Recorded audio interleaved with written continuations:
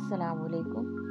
आज मैं आपको लटकन बनाने का सही तरीका बताती हूँ, जिसमें हमारी तमाम सिलाई लटकन के अंदर की तरफ हो जाएगी और बाहर से हमारी कोई सिलाई नज़र नहीं आएगी। ये लटकन हम जब बनाते थे तो इसकी सिलाई बाहर नज़र आती थी। इसको हम सिंपली एक स्क्वायर फैब्रिक लेकर इस तरीके से फोल्ड करते हैं और फिर उसके बाद इसके अंदर हम डोरी रखकर और इसको क्रॉस में स्टिच कर लेते हैं और इस तरीके से उमूमन तौर पे हमारा लटकन बन जाता है।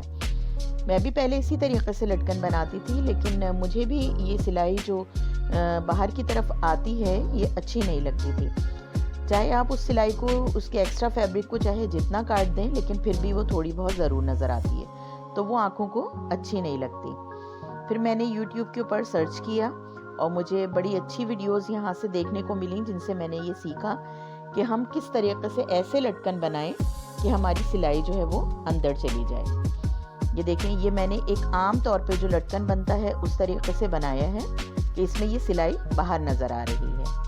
अब हम उस तरीके से लटकन बनाते हैं कि हमारी सिलाई अंदर चली जाएगी सारी। उसके लिए हम इसी तरीके का स्क्वायर फैब्रिक लेंगे।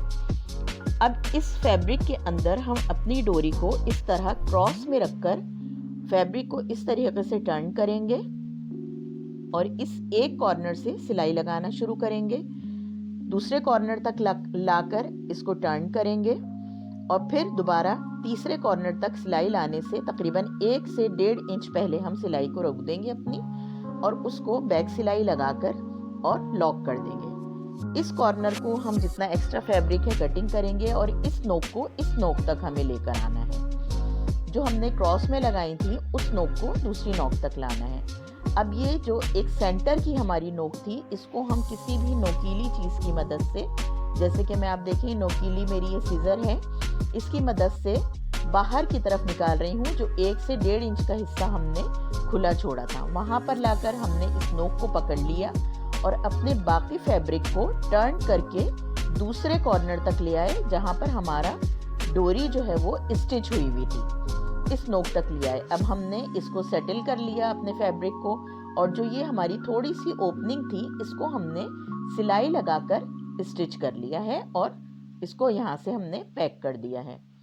ये पैक करने के बाद, ये स्टिच लगाने के बाद हम इस फैब्रिक को अच्छी तरीके से सेट कर लेंगे, प्रेस कर लेंगे और आप देखें तमाम सिलाई हमारी अंदर की तरफ चली गई है और कहीं से भी कोई सिलाई नज़र नहीं आ रही। इस तरीके से ये बहुत सफाई के साथ हमारा लटकन बन जाता है। अगर आपको अच्छा लगा हो तो इसको लाइक कर दीजिएगा, शेयर कर दीजिएगा।